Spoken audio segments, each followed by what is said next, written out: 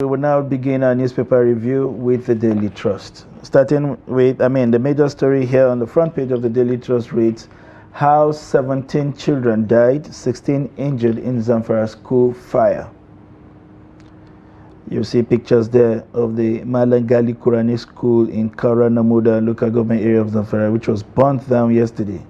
Some of the victims of the fire incidents you'll find in the smaller cut-off pics, the montage there showing where they are receiving treatment.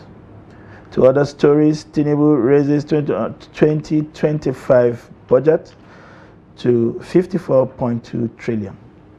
CBN restricts BDCs to $25,000 weekly. And Senate okays sack of 3 resident electoral commissioners. World reacts to Trump's bids for U.S. to take over Gaza Strip. It's a roller coaster from the United States, if you ask me. One day, one story. These are the major stories that made it to the front page of Daily Trust. All right, now let's take a look at Nigerian Tribune. Boldly, you have, like governors, PDP BOT endorses Ude Okoye as National Secretary. Wants him sworn in immediately. It's an invitation to anarchy, says Anyanwu. Still on Tribune, fire kills, the top left, fire kills 17 children, injures 16 and others in Zamfara Almajiri School. And government officials paid 100% for same hospital project 5 times without construction, says ICPC boss. Says another listed wife, son-in-law on payroll. Still on Nigerian Tribune, Tinubu approves 65 years retirement age for doctors and healthcare workers. Declare Ondo oil-producing coastal communities disaster zone. Reps tell federal government. Suspended Ogun monarch fails to meet bail conditions, remanded in Ilaro prison. And then CBN restricts BDCs to 1 dealer bank per week for $25,000 FX purchase. Now, those are the stories we have on the front page of Nigerian Tribune. Do well to grab yourself a copy and keep yourself informed. All right, we'll move on to The Guardian. It leads with the story, 5 years on, poor funding capacity hobbles Amotekun's mandate in Southwest. You have the governors of the Southwest states there on the cover. To other stories, FGI's diversification, infrastructure, security in 4.5 trillion review of 2025 budget. Tinubu OK 65 years retirement age for health workers. PDP trustees move to hotel over security concern. And Nigeria output growth may slip to 0.8%, says report. Owando rewards shareholders with 1.28 billion shares. And Dangote begins fuel export to Saudi Arabia, pushes capacity to 550,000 barrels per day. All right, now let's look at Punch. On the Punch, 54 trillion naira budget, experts divided over raise. Federal government adds 4.5 trillion in agric infrastructure funds. President submits reviewed budget. MTEF to NAS. Federal government votes more funds for BIU and others. Now on the top left, PDP Secretary Wike Camp kicks as BOT backs governors. In secession, Nigeria didn't learn from civil war, says Dogara. Transporters NLC chapter TUC rejects highway tolling. Still on Punch, Tinubu demands school safety as fire kills 17 in Zamfara Islamic School. On Edo Tribunal, INEC lists 5 witnesses over governorship poll, and Nollywood filmmaker jailed for 5 years for drug trafficking. Now finally on Punch this morning, Ogun assault. Falana receives elderly victim, plans charges against remanded monarch. Now those are the stories we have on the front page of Punch newspaper. Interesting developments there across our newspapers this morning, but one that is very painful definitely would have to be the situation in Zamfara. How it does appear that the places that are supposed to be the safest, have now become the place of rage, and how a fire incident could consume that much a number of children is something that should bother all of us. And I think the biggest lesson there also is that we need to start reviewing the conditions of other schools before we see another one. It is not enough to have these incidents reported and we come and express grief and anger, and disappointment at our failure to provide safe learning environments for our children. We need to review the conditions of the other schools and begin to see what we can do to avoid this kind of situations going forward. I think something that stood out for me in that story is also the level of knowledge when it comes to fire safety that people don't know. How many people actually know what to do as a first response in cases of fire?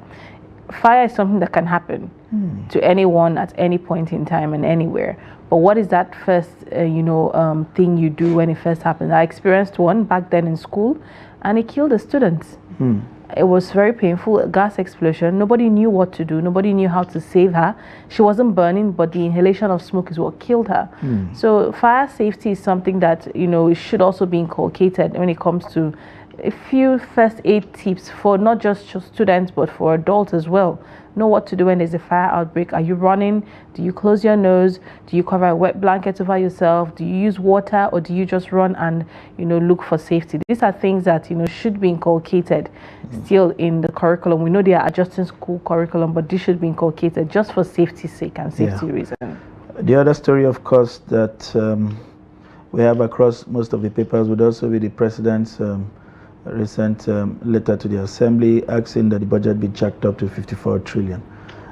Experts are divided over this new request, and the government basically hinged its decision on the fact that there's a new understanding that the revenue agencies have surpassed their target for last year and are set to deliver even more in the coming years. But the question on the mouth of other experts is, you have a very big deficit provision in the budget, and you're supposed to go borrow those sums. So if for any reasons your agencies are going to do more, it should help cut the deficit and not broaden the deficit basket. But the argument of the government people is that perhaps the expected revenue will help them do more.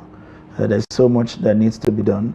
I think it is the how that is going to be done that the experts are divided over and Nigerians are concerned over, because everybody is worried about this ballooning debt portfolio. It looks like we are buying the future and living it now. We are robbing the future Nigerians of a safe and quality lifestyle, because it appears that we are borrowing their future revenues away. I think we actually need to sometimes calculate how much each Nigerian is owing, so we'll know how, in case it happens, that you can have the money in your account to pay your own personal debt.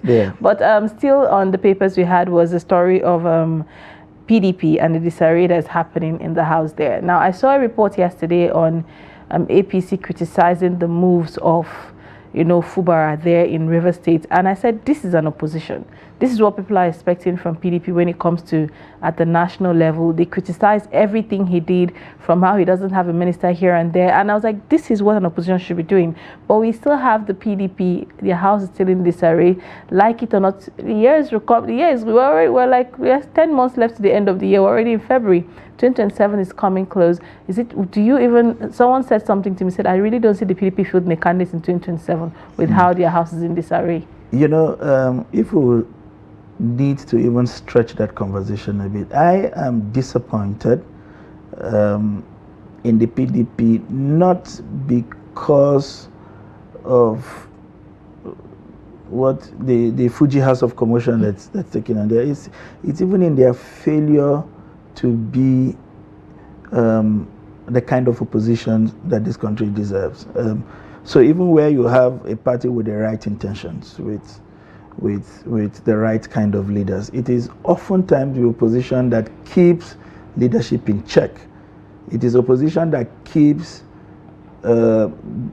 people in government in check, because they will be the one to always point at your ears, to always magnify your wrongdoing.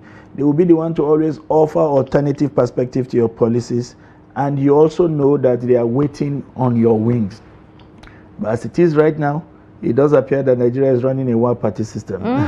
Because I'm sorry to say, these are not my words, but some persons have described the PDP as a party that is dead. whatever that means. And until they wake up and realize that people are looking up to them to provide quality opposition. To provide alternative policy conversation, and then everything they are doing now is just a charade, as far as we are concerned. Well, they are the positions, they will tell you they know what they are doing, but from the point of view of a layman like me, it's disappointing, and to say the least. It's quite disappointing. Well, on that note, I think we've come to the end of the show this morning. To everyone who joined in, we say thank you. Everyone who took out their phones to call and send messages, we say a big thank you to you. We do not take your contributions for granted, and we're glad that you had the opportunity to join in on the show. It's a wrap here on Daybreak. Keep a date with us, same time tomorrow. We'll be here for more interesting conversations to get your day started. My name is Lilian Ogazi. And I'm Sunday Michael Ogo. Thank you always for being part of this show.